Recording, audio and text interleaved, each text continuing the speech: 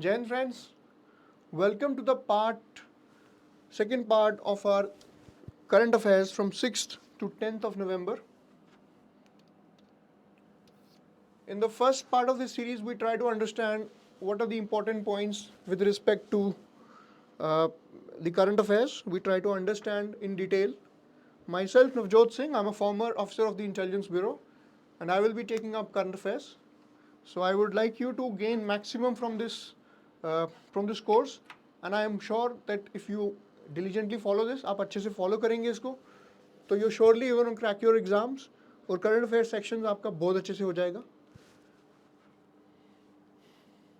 अब there is this portal we have, अभी पीडिया का portal है, वहाँ पे currently you are having this offer where you can get the entire course for the year for just rupees 4,999. So this is a good opportunity for you all, where you'll get 1 year subscription for the entire courses for all these exams. Punjab, all allied examinations of Punjab.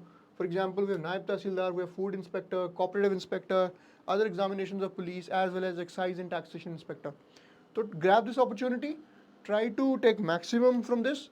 And if you have any queries, अगर आपको कुछ doubts हैं, queries हैं, description में you will get a WhatsApp link. You can ask there, you can join us there, and you can get the PDFs and the content from our WhatsApp channel.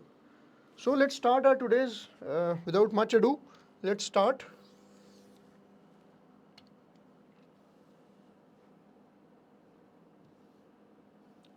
So first question is, we have our first question here. Just 1 second.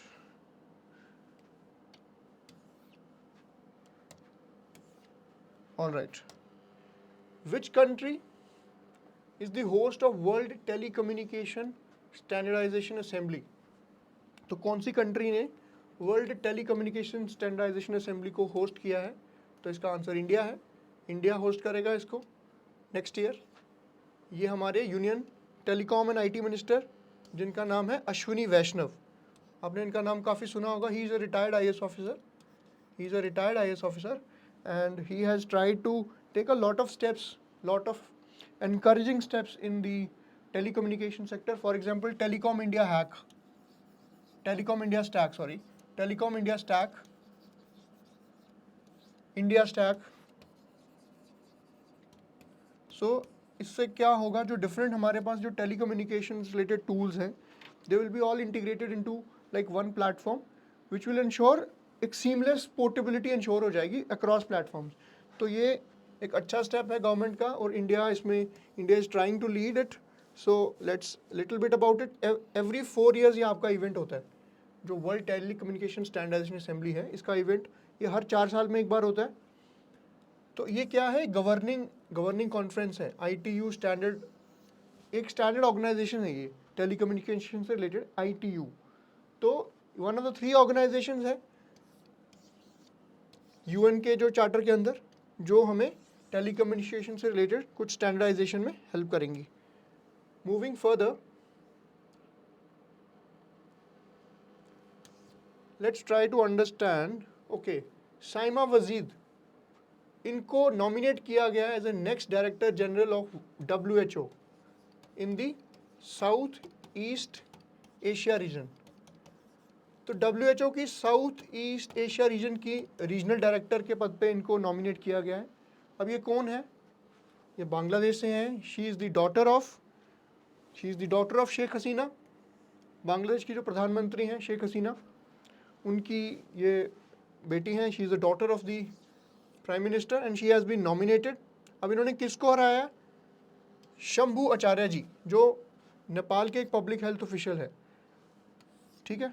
तो 76 session में इनका ये selection हुआ है, इस चीज़ में nominate किया गया इनको, and she eventually has been selected as the regional director of WHO for the South East Asia region. So बस इसमें इतना याद रखना है आपको.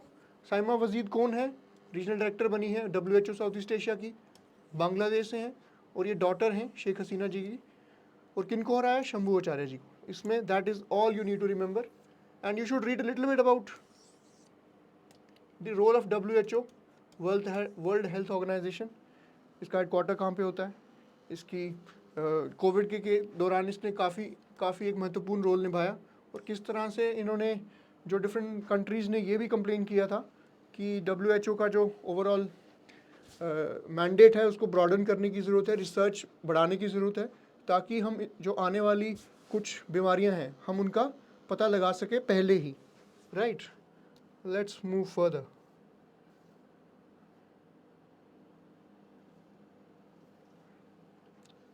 सो next we have see biosphere reserves of India. इसी पे सवाल है, तो पहले सवाल देख लेंगे, फिर हम इस पे आएंगे। The international day for biosphere reserves, ये कब सेलिब्रेट किया जाता है? तो इसका आंसर है नवंबर 3। अभी रिसेंटली नवंबर 3 को सेलिब्रेट किया गया।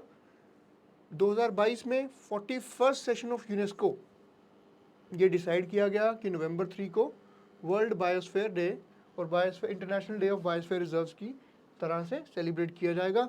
और बायोस्फीयर रिजर्व्स क्या होते हैं? ये प्रोटेक्टेड एरियाज हैं, ठीक है। They are meant for the conservation of both plants and animals. Human beings also depend on these protected areas.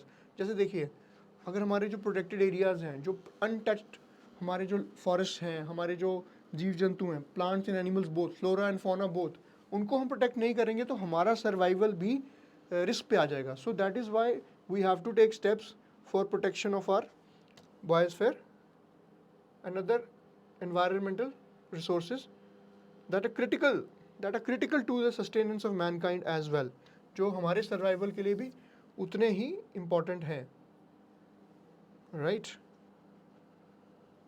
अभी हम देखेंगे कि इंडिया में कितने बायोस्फीयर रिजर्व्स हैं। जो यूनेस्को का एक प्रोग्राम है man and biosphere MAB programme, तो हमारे देखिए सबसे ऊपर ये आपका कंचनजंगा, ये सिक्किम में है। मानस दिब्रू शेखोवा, ये this is in Assam. And Dihang Dibang, ये आपका ऊपर आ गया, ये है अरुणाचल प्रदेश में। मेघालय में आपका नौकरेक है। और ये सुंदरबंस, देखिए Sundarbans is one of the largest collective area of mangroves. यहाँ पे मैंग्रोव्स मिलेंगे आपको, तो ये आपका वेस्ट बंगाल में। फिर Great Nicobar, Simlipal, Seshachalam is in Andhra Pradesh, gulf of Mannar है। फिर आपका अगस्त्यामलाई, ये दोनों इसके बॉर्डर पे है तमिलनाडु केरला के। नीलगिरीज, अब नीलगिरीज आपको पता रहेगा, Nilgiris mountains are at the convergence of eastern Ghats और वेस्टर्न घाट्स। ये आपके वेस्टर्न घाट्स हैं, ये आपका इधर से आते हैं नीचे तक, इधर से आपके ईस्टर्न घाट्स ब्रोकन है, यहाँ पे आके मिलते हैं, which is called as Nilgiri, ठीक है। फिर आपका अचनमकार अमरकंटक, ये आपका छत्तीसगढ़ मध्य प्रदेश में है। पंचमढ़ी पन्ना, ये भी आपका मध्य प्रदेश में है। गुजरात में आपका एक कच्छ है। नंदा देवी उत्तराखंड में है। और हिमाचल प्रदेश में कोल डेजर्ट नेशनल बायोस्फीयर रिजर्व। तो आपको थोड़ा सा आइडिया होना चाहिए कि कौन कौन सी स्टेट में कौन कौन सा बायोस्फीयर रिजर्व है, तो इसको आप थोड़ा सा रिवाइज कर लीजिए। Total 18 biosphere reserves we have. Moving further, which country is funding India's hunger project to promote food security in Uttarakhand? तो नॉर्वे इंडिया का हंगर प्रोजेक्ट फंड कर रही है उत्तराखंड में, ठीक है, टू इंश्योर फूड सिक्योरिटी, ठीक है। तो it will strengthen women leaders to protect the environment and promote food security in Uttarakhand. The duration would be 3 years, 3 साल का यह प्रोजेक्ट है, 3 साल का प्रोजेक्ट है। Targeting majorly on women leaders, environmental. So देखिए, it is basically focusing first on strengthening women leaders, protecting the environment. 3 साल का प्रोजेक्ट है, 2026 में ख़त्म होगा। Fine, this is all you need to understand. और इसमें एक फॉरेस्ट काउंसिल बनाएंगे, वन पंचायत। चिपको मूवमेंट आपने सुना होगा, उत्तराखंड में चिपको मूवमेंट आया था जब प्लांट काटने लगे थे। रैनी देवी करके थी और सुंदरलाल बहुगुणा जी, उन्होंने काफ़ी अच्छा ये कैंपेन चलाया था to protect the nature and environment. So this step is taken by this assistance is given to us, to the state of Uttarakhand, to fund the hunger project by the Norway government. Norway government ने ये initiative लिया है, ठीक है। Let's move. Next question आपका है, which state has been awarded the global responsible tourism award? तो ये आपका केरला को मिला है। केरला ने बैक किया है prestigious global responsible tourism award for its sustainable and women inclusive. देखिए, हर इनिशिएटिव में देख रहे हैं women led development. So that is our agenda to ensure that women पीछे ना रह जाएं डेवलपमेंट एजेंडा के, और उनको एक्टिव पार्टनर्स बनाना है हमें अपने जो क्लाइमेट रिजिलियंट जो ग्रोथ है, क्लाइमेट रिजिलियंट डेवलपमेंट है, उसमें उनको हमें अपना एक्टिव पार्टनर्स बनाना है। फाइन, तो देखिए ग्लोबल रिस्पॉन्सिबल टूरिज्म अवार्ड, ये अफ्रीका, इंडिया और लैटिन अमेरिका रीजन्स को केटर करता है। अफ्रीका आपको पता है, ये आपका अफ्रीकन कॉन्टिनेंट है, यहाँ पे आपका सऊदी अरेबिया आ गया और ये आपका इंडिया हो गया, फाइन। एंड इधर आपका देखिए ये आपका लैटिन अमेरिका हो गया, ठीक है। ये आपका अटलांटिक ओशन है यहाँ पे, this is Atlantic ocean in between. तो लैटिन अमेरिका, अफ्रीका और ये जो इंडिया वाला रीजन है, यहाँ पे आप ये जो रिस्पॉन्सिबल टूरिज्म अवार्ड्स इस रीजन के लिए किस किस विभागों में, किस किस एरियाज़ में काम करने पर मिलेगा। प्लास्टिक वेस्ट को टैकल करने में, ठीक है। लोकल सोर्सिंग मीन्स लोकल जो जैसे हम हमारा भी वोकल फॉर लोकल एक इनिशिएटिव स्टार्ट हुआ, उस तरह से लोकल रिसोर्सेज को यूज़ करना है, क्लाइमेट चेंज को एड्रेस करना है, डाइवर्सिटी को इंक्लूड करना है, इंक्लूसिव डेवलपमेंट में जाना है, और nature positive tourism means ecologically sustainable tourism रखना है। ऐसा नहीं है कि आप टूरिज्म प्रमोट कर रहे हो, इको टूरिज्म के कॉन्सेप्ट पे जाना है। इको टूरिज्म होना चाहिए, जैसे हमारी हिल्स हैं, हमारे जो बीचेस हैं, हमारे जो फॉरेस्ट हैं, उनको नुकसान नहीं पहुंचना चाहिए। हमें इनकरेज करना है एक सस्टेनेबल, एक व्हाट यू से, एक लर्नर टूरिज्म, जिसमें हम जो टूरिस्ट हैं दे आर मेड अवेयर कि their small steps can cause great harm. जैसे हमने देखा अभी हिमाचल प्रदेश में फ्लड्स और ड्राउट्स आए, का फ्लड्स एंड सॉरी वो लैंडस्लाइड्स आए। अब उसमें क्या करना चाहिए था, जो फ्लड प्लेन्स है वहाँ पे इंक्रोचमेंट हो रही है, हिल के बिल्कुल स्लोप्स पे जाके कंस्ट्रक्शन हो रही है। तो इसमें जो गवर्नमेंट है, जो अर्बन हाउसिंग मिनिस्ट्री है, जो टूरिज्म मिनिस्ट्री है, एनवायरनमेंट मिनिस्ट्री है, उनको इसमें स्ट्रिक्ट एक्शंस लेने चाहिए कि जो इंक्रोचमेंट ऑफ लैंड को कर्ब किया जाए और फ्यूचर में जो छेड़खानी हो रही है नेचर के साथ उसको थोड़ा लिमिट किया जा सके। तो ये आपका global responsible tourism award India में बैक किया है केरला ने। Alright, let's move further.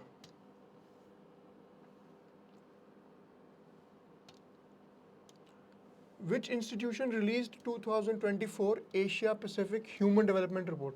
अब देखिए HDR रिपोर्ट आपको पहले भी पता है UNDP रिलीज करती है, तो ह्यूमन डेवलपमेंट से रिलेटेड मोस्टली क्वेश्चन जो होंगे आपको यूनाइटेड नेशन डेवलपमेंट प्रोजेक्ट, यही इसका आप इसको आंसर कर सकते हैं। 2024 Asia Pacific human development report was released by UNDP. Also, the share of population living in multi-dimensional poverty fell from 25 से 15%। अब मल्टी डिमेंशनल पॉवर्टी क्या होती है? देखो, पॉवर्टी को मल्टी फेसिटेड फैक्टर्स से हम समझते हैं। जैसे for example mean years of schooling, फिर आपका स्टैंडर्ड ऑफ लिविंग, फिर आपका पर कैपिटा इनकम, ये बहुत सारी चीज़ों को फैक्टर किए जाने के बाद फिर हम मल्टी डिमेंशनल पॉवर्टी पे अराइव करते हैं। तो वो 2015-16 2015-16 से 19-21 के बीच में ये 25 से 15% तक आ गई है। So it's a fall of 10%। So और we can say overall 10% improvement in the multi dimensionally poor people. जो मल्टी डिमेंशनली पुअर थे उनकी संख्या 25% से कम होकर इतनी आ गई है। अब इंडिया का क्या है? The report mention that India has emerged among the top countries with high income and wealth inequality. ठीक है, ये एक बड़ी इंपॉर्टेंट, बड़ी हमारे लिए दुर्भाग्यपूर्ण ये बात है कि इंडिया में वेल्थ और इनकम इनइक्वालिटी सबसे ज़्यादा। इसमें एक ऑक्सफैम की रिपोर्ट आई थी रिसेंटली, ऑक्सफैम इंडिया की रिपोर्ट थी। उसमें क्या कहा है उन्होंने कि 1% ऑफ द इंडियंस, इंडिया के 1% लोग, 1% they hold 40.5% of the wealth. मतलब जो 1% लोग हैं वो 40.5% वेल्थ इंडिया की होल्ड करते हैं। That is why it is said that inequality India में बहुत ही ज़्यादा हो रही है। तो इसके डायरेक्शन में भी गवर्नमेंट को काम करने की काफ़ी आवश्यकता है। The government needs to act timely to ensure कि these inequalities are addressed. Amartya Sen के बारे में सुना है, उन्होंने कहा कि justice cannot be ensured just by creating hypothetically perfect society. We need to create as just a society as possible. जितनी just हो सके उतनी just society create करनी है, ताकि हम कुछ जो specific injustices हैं उनको रेमेडी कर सकें। जो लोगों की actual problems हैं उन पे फोकस करके कैपेसिटी बिल्डिंग करने के लिए बात की उन्होंने, कैपेसिटी बिल्डिंग करने की बात की अमर्त्य सेन जी ने। तो इस तरह से अगर गवर्नमेंट इस डायरेक्शन में चलेगी तो I believe we can surely do make a headway in this direction. A 2-day summit of the European space ministers dubbed as Space Summit. तो ये एक स्पेस समिट हुई है यूरोपियन स्पेस एजेंसीज की, यूरोपियन कंट्रीज़ की. ये कहाँ पे हुई है? ये स्पेन में हुई है. ESA, जिसको हम यूरोपियन स्पेस एजेंसी कहते हैं, ESA, it proposed a competition between various European firms to build a ship. अब शिप ये पानी पे तैरने वाली नहीं, this is a space ship. To build a ship to deliver, जो इंटरनेशनल स्पेस स्टेशन है ना, इंटरनेशनल स्पेस स्टेशन है, it is in the low earth orbit, LEO, low earth orbit में है. ठीक है, तो इसमें जो लॉजिस्टिकल सपोर्ट देने के लिए या जो कुछ मटेरियल सप्लाई करने के लिए ये एक मतलब एक शिप तैयार करने की बात की गई है. तो the 2-day summit of the European space ministers was held कहाँ पे? The Spanish city of Seville, Spanish city of Seville. ठीक है. So with delays to its new Ariane 6 rocket, Europe has no independent way to blast its missions. तो उसके पास problems आ रही थी, इसलिए India ने जैसे अब चंद्रयान लॉन्च कर दिया, चाइना भी अच्छा प्रोग्रेस कर रहा है, Russia, US, other countries, Japan also, JAXA. तो इस तरह से European countries don't want to be left far behind, so they are trying to ensure कि वो भी स्पेस रेस में पीछे ना रह जाएं. So they are trying to make sure that they also get their share of things. Okay. Next question. When was Pradhan Mantri Garib Kalyan Ann Yojana launched in India? तो आपको पता है Covid आया था, देश में काफ़ी ज़्यादा प्रॉब्लम हो गई लोगों को. The labourers they had to flee their place of work, they had to flee, travel hundreds of kilometers to Bihar, UP and certain other districts of eastern part of India. So उस वक्त food security एक बहुत बड़ा challenge बन गया था. Food security became a challenge. तो government took this step कि प्रधानमंत्री गरीब कल्याण अन्न योजना लॉन्च की उन्होंने, ताकि free food was delivered under the NFSA act, जो नेशनल फूड सिक्योरिटी एक्ट था ना, उसके प्रोविजंस के अंदर जिनके पास उनका कार्ड था उनको फ्री राशन दिया गया 5 और साल के लिए. हमने अंत्योदय योजना के बारे में सुना है, PDS है हमारा जो अंत्योदय योजना, जिसमें 5 किलो दिया जाता है राशन. ठीक है, वो उसके अलावा over and above that, this is over and above that. So the answer would be 2020 में it was launched and during Covid. And recently हमने सुना होगा कि बात हो रही थी इसको बंद करने की, सरकार ने अभी उस पर डेलिब्रेट किया काफ़ी. फिर opposition would try to rally the state कि आप अभी लोगों को ये सुविधा क्यों बंद कर रहे हो. देखिए बजट पे भी काफ़ी स्ट्रेस पड़ता है, सरकार के पास रिसोर्सेज तो लिमिटेड ही हैं. तो उस वक्त ये ज़रूरी था because people were incarcerated in their homes, अपने घरों में लोग जेल बंद हो गए थे. तो उस वक्त ये ज़रूरी था. अभी सरकार दूसरे एवेन्यूज़ क्रिएट कर रही है ताकि इन स्टेप्स की उतनी ज़्यादा ज़रूरत ना पड़े और लोग सेल्फ सफिशिएंट बन जाएं.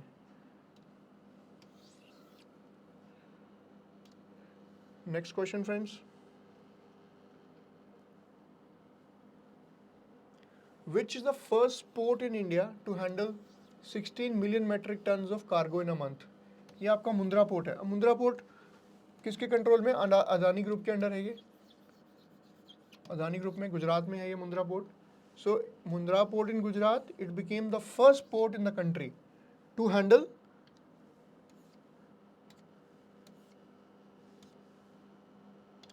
16 मिलियन मेट्रिक टन, इसने जो कार्गो हैंडल करने का ये रिकॉर्ड बनाया है अक्टूबर में. ठीक है, ये हाईएस्ट वॉल्यूम था किसी भी इंडियन पोर्ट के जो हैंडल किया होगा आज तक. और ओवरऑल जो मुंद्रा पोर्ट है आपका, उसकी जो होल्डिंग कैपेसिटी है 338 मिलियन मेट्रिक टन्स. ठीक है, so the question would be, first कौन सा पोर्ट है जिसने 16 मिलियन टन्स का रिकॉर्ड ब्रीच किया है in a month? That is the Adani group. The Adani group headed Mundra port and इसकी ओवरऑल कैपेसिटी इतनी है 338 मिलियन मेट्रिक टन्स. ठीक है, विच इज़ द लार्जेस्ट, ये इंडिया के सारे पोर्ट्स की लार्जेस्ट ऑपरेशन कैपेसिटी है. तो इसका जो होल्डिंग कंपनी है मुंद्रा पोर्ट की, उसका नाम है अदानी ग्रुप. अदानी ग्रुप का अगर पर्टिकुलरली हम देखें तो Adani ports and SEZ, Adani ports and special economic zone, Adani port and special economic zone. So आपको बस इसमें ये याद रखना है। इसके साथ में आप बाकी पोर्ट्स के बारे में भी थोड़ा सा आइडिया आपको होना चाहिए कि विशाखापट्टनम कहाँ पे है, फिर एन्नोर पोर्ट कहाँ पे है, Jawaharlal Nehru, Nava Sheva, then Marmagao, Mangalore, then Kolkata port. All these things आपको थोड़ा सा आइडिया लेना पड़ेगा बाकी पोर्ट्स का भी कि किस तरह से वो सवाल पूछ सकता है। नेक्स्ट आपका क्वेश्चन है विच union ministry launched women for water for women campaign? Again we are seeing, see the focus is on empowering women. So the ministry is MOHUA, Ministry of Housing and Urban Affairs। Ministry of Housing and Urban Affairs में ये एक campaign launch की है, women for water and water for women, right. तो ये है क्या, तो इनकी फ्लैगशिप स्कीम है ना हमारी जो अमृत स्कीम है, अमृत स्कीम के अंडर ये वुमेन को एक वाटर गवर्नेंस का एक एक्टिव मेंबर बनाने के लिए, ताकि women are given a role in creating awareness as well as implementing water use efficiency. ठीक है, ये लॉन्च कब हुआ था, in partnership with NULM, national urban livelihood mission. ठीक है, एक NRLM भी होता है, आपने सुना होगा, नेशनल रूरल लाइवलीहुड मिशन। उसकी कौन सी मिनिस्ट्री है, मिनिस्ट्री ऑफ रूरल डेवलपमेंट। ठीक है, अब NULM कौन सी मिनिस्ट्री में आएगा, ministry of housing and urban affairs. तो इसका नॉलेज पार्टनर कौन है, knowledge partner is Odisha urban academy is the knowledge partner of this project, this campaign, this launched by ministry of housing and urban affairs, women for water and water for women. Okay, because जो पानी की problem है, हम अक्सर news में देखते हैं कि in Rajasthan and other far flung areas, drought affected areas in Vidarbha, Saurashtra area में, ठीक है, मराठवाड़ा, सौराष्ट्र, वहाँ पे they have to travel many miles to fetch even a pot of water. So that challenge has to be addressed.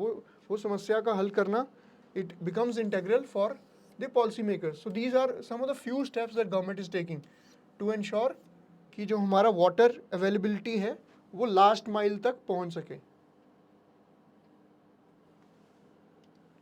Next question we have, which country has pulled out of the treaty of conventional armed forces in the Europe.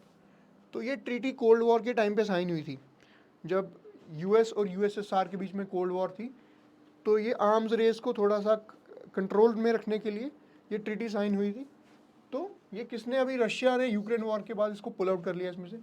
So Russia has officially pulled out of the international security pact that restricts the use of conventional weapons, saying that NATO's expansion has made such cooperation impossible।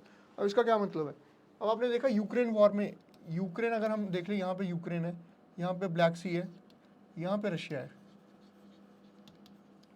ये black सी है, ये Russia है, ये आपका Crimea वाला reason है। अब ये सारा आपका यूरोप है। अब Europe is trying to increase its influence into NATO को, सॉरी यूक्रेन, अभी फिनलैंड बना था 31st मेंबर, अब इसको 32nd मेंबर बनाने की कगार में, वो फिराक में है कि उसको भी अपना मेंबर बनाए। तो इस चीज़ में रशिया ने क्या देखा कि ये इसकी सॉवरेनिटी पे अटैक हो गया, because that buffer zone between the west NATO controlled area, ये एरिया नाटो कंट्रोल था और ये रशियन कंट्रोल टेरिटरी थी। तो इसके बीच में Ukraine act as a buffer, अब वो बफर चला गया है। तो रशिया ने कहा कि इस ट्रीटी का कोई मतलब नहीं है। तो नाटो ने भी अनाउंस किया बाद में कि the formal suspension of the key cold war security treaty. ठीक है, नाटो के जो 31 अलाइज है, 31 हमने बात किया, फिनलैंड लेटेस्ट मेंबर है, ठीक है, which was aimed at preventing the cold war rivals from मासिंग forces eight और नियर द म्यूचुअल बॉर्डर्स। 1990 में ये ट्रीटी इन फोर्स आई थी। तो ट्रीटी का ऑब्जेक्टिव क्या था, ट्रीटी का ऑब्जेक्टिव ये था कि जो भी नाटो और नॉन नाटो, अब नाटो और रशिया की बात कर लेते हैं, दिस इज नाटो और रशिया।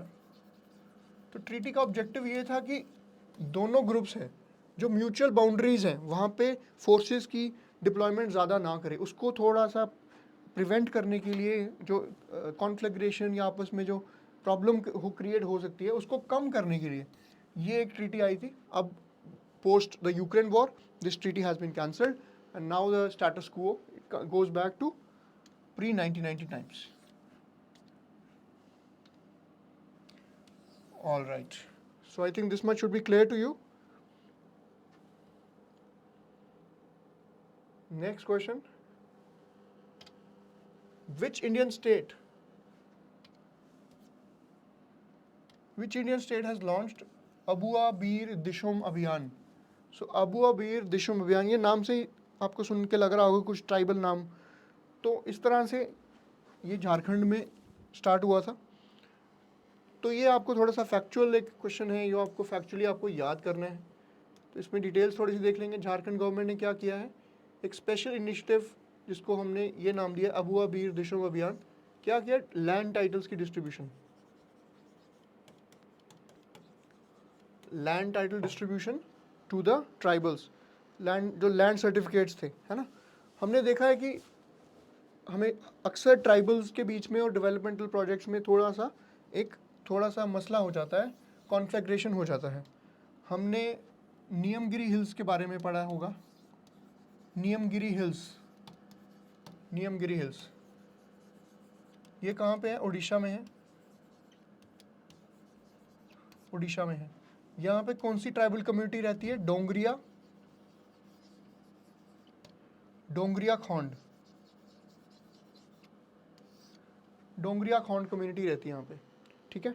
तो वेदांता ने यहाँ पे एक प्रोजेक्ट स्टार्ट कर दिया था अपना, और इन ट्राइबल्स को लगा ये हमारी सस्टेनेंस में काफ़ी ज़्यादा इम्पैक्ट कर सकता है, तो इसीलिए उन्होंने क्या किया, प्रोटेस्ट किया, और इवेंचुअली ये प्रोजेक्ट कैंसिल करना पड़ा। तो ये बेसिक आइडिया ये था कि जो ट्राइबल्स के राइट्स को प्रोटेक्ट करने के लिए गवर्नमेंट काफ़ी स्टेप लेता रहा है। जैसे हमारा फॉरेस्ट राइट्स एक्ट 2006, जिसको हम क्या कहते हैं, scheduled tribes and other traditional forest dwellers recognition of forest rights act. तो ये क्या करता है, rights of self cultivation and habitation through individual forest rights and community forest rights, individual और कम्युनिटी फॉरेस्ट राइट्स को रिकग्नाइज करता है। ये जो माइनर फॉरेस्ट प्रोड्यूस है, जो ट्राइबल एरियाज़ में जो माइनर फॉरेस्ट जैसे तेंदुआ हो गया, टैमरिंड हो गया, या और भी जो भी प्रोडक्ट्स हैं जो ट्राइबल फॉरेस्ट एरिया में अवेलेबल हैं, उनका जो यूज़ करने के लिए ट्राइबल्स को राइट मिलता है। एक गवर्नमेंट ने एक एक्ट लाया था,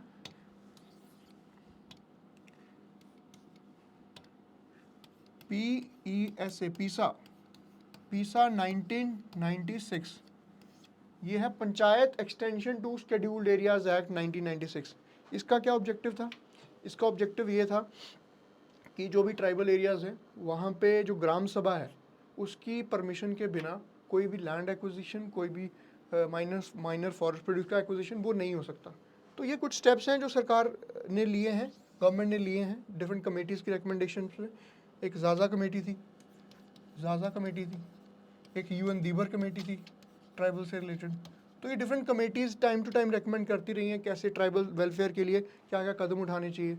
national commission of schedule tribes है, फिर हमारा कॉन्स्टिट्यूशन में शेड्यूल 5 है, शेड्यूल 6 है जो डील करता है ट्राइबल एरियाज़ के लिए, और ये tribal areas in Assam, Meghalaya, Tripura and Mizoram उन एरियाज़ में डील करता है। तो these basically are the initiatives जो हमें एक इंक्लूसिव होलिस्टिक डेवलपमेंट की तरफ लेके जाती हैं, ना कि सिर्फ एक ही ग्रुप की डेवलपमेंट की तरफ, right.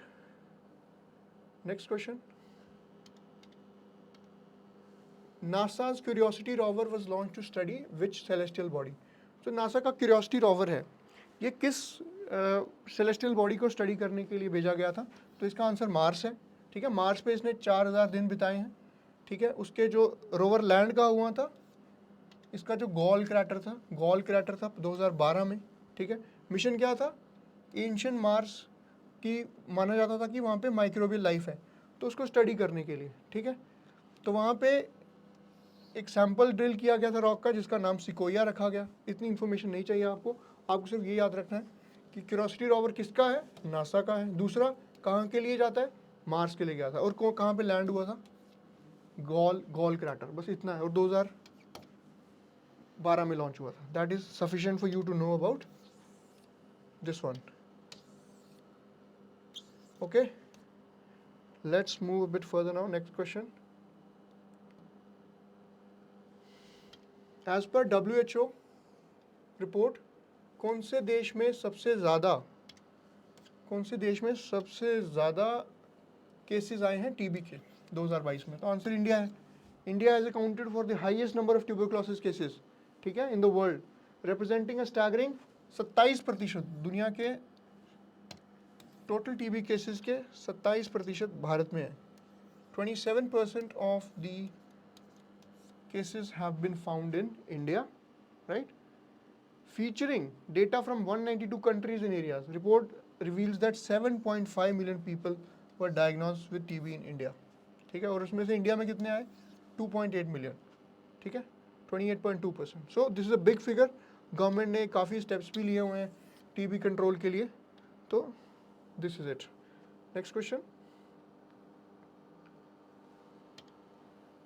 The state of the food and agricultural, the state of food and agricultural report. अब FAO, इसका आंसर डायरेक्टली FAO ही है. जो फूड एंड एग्रीकल्चर से रिलेटेड कोई ऑर्गेनाइजेशन है तो FAO है, UN की ये बॉडी है, ठीक है. इसकी फ्लैगशिप रिपोर्ट है, ये फ्लैगशिप रिपोर्ट है state of food and agriculture, SOFA, ठीक है. इसमें और एक चीज़ क्या है, the figure represents nearly 10% of the global gross domestic product, ठीक है. तो ये इन्होंने क्या बात की है, इसको थोड़ा सा अगर हम समझेंगे, ठीक है. Let's see. So FAO release this report, ठीक है. ऑल दो उसने बोला कि जो करंट एग्री फूड सिस्टम्स है, एग्रीकल्चर और फूड सिस्टम, एग्रीकल्चर से जो फूड हमें मिलता है, एग्रीकल्चर एक नॉन फूड प्रोडक्ट्स के लिए भी किया जाता है, provides nourishment and sustains economies, they also impose huge hidden cost, ठीक है. हेल्थ पे कॉस्ट होती है, एनवायरनमेंट पे कॉस्ट होती है, पेस्टिसाइड्स का हम यूज़ करते हैं, फर्टिलाइजर्स का यूज़ करते हैं, हम राइपनिंग, फास्ट राइपनिंग के लिए कुछ ग्रोथ इनहिबिटर्स का यूज़ करते हैं, तो वो हमारी हेल्थ पे भी नुकसान पहुंचाते हैं. दूसरा, सॉइल की फर्टिलिटी को भी नुकसान पहुंचाते हैं. तो वो कॉस्ट एटलीस्ट $10 ट्रिलियन एनुअली है, ये FAO ने बताया है. और ये जो नंबर है, ये 10% ऑफ ग्लोबल GDP के इक्वलेंट है, ठीक है. तो इतना आपने समझना है, ये रिपोर्ट कौन देता है? FAO देता है. और ये total health cost to environment और ह्यूमन हेल्थ, ये $10 ट्रिलियन हो जाता है. That is around 10% of the global GDP, right? Next question है हमारा, and I think this will be our last question today. Production gap report, हमने adaptation gap report देखी थी, वो भी UNEP देता है. Production gap report also.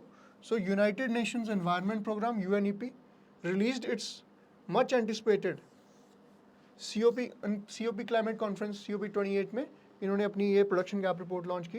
It warns that global fossil fuel production over the next 7 years, ठीक है, ये एक्सीड करेगा more than double the levels to stay within the climate goals. तो हमारा पेरिस डील के बारे में हमने पहले पढ़ा. पेरिस डील ने क्या टारगेट रखा था कि 1.5 की इस सेंचुरी के एंड तक 2100 तक 1.5 degree Celsius to 2 degree Celsius तक क्लाइमेट को हमने, जो ग्लोबल टेम्परेचर राइज है प्री इंडस्ट्रियल लेवल से, उसको हमने लिमिट करना है, ठीक है. बट अगर इस तरह से ही चलता रहा, अगले 7 साल में जो फॉसिल फ्यूल कंजम्पशन होगा, उससे क्या होगा, उससे वो उसका डबल जो लिमिट है हमें 1.5 डिग्री सेल्सियस लिमिट करने के लिए, वो उसको एक्सीड कर जाएगा. तो इस तरह से this is what you need to know, right. So this was basically production gap report published by UNEP. Also adaptation gap report थी आपकी, that also is published by the United Nations Environment Program. So I think that's all for today. I hope you have understood the key concepts behind these environment and other current affairs related topics that we discussed today. I am sure you will gain value from it, और आपको आपके examinations में इसकी मदद मिलेगी. Keep watching for more such videos, like we'll be coming up with current affairs subsequently, and try to be regular in this. Try to revise whatever is taught, and for PDFs you can refer to the links mentioned in the description of the WhatsApp link, or you can also subscription, I've told you, a good offer right now. So that's all for today, friends. Happy learning. Jai Hind.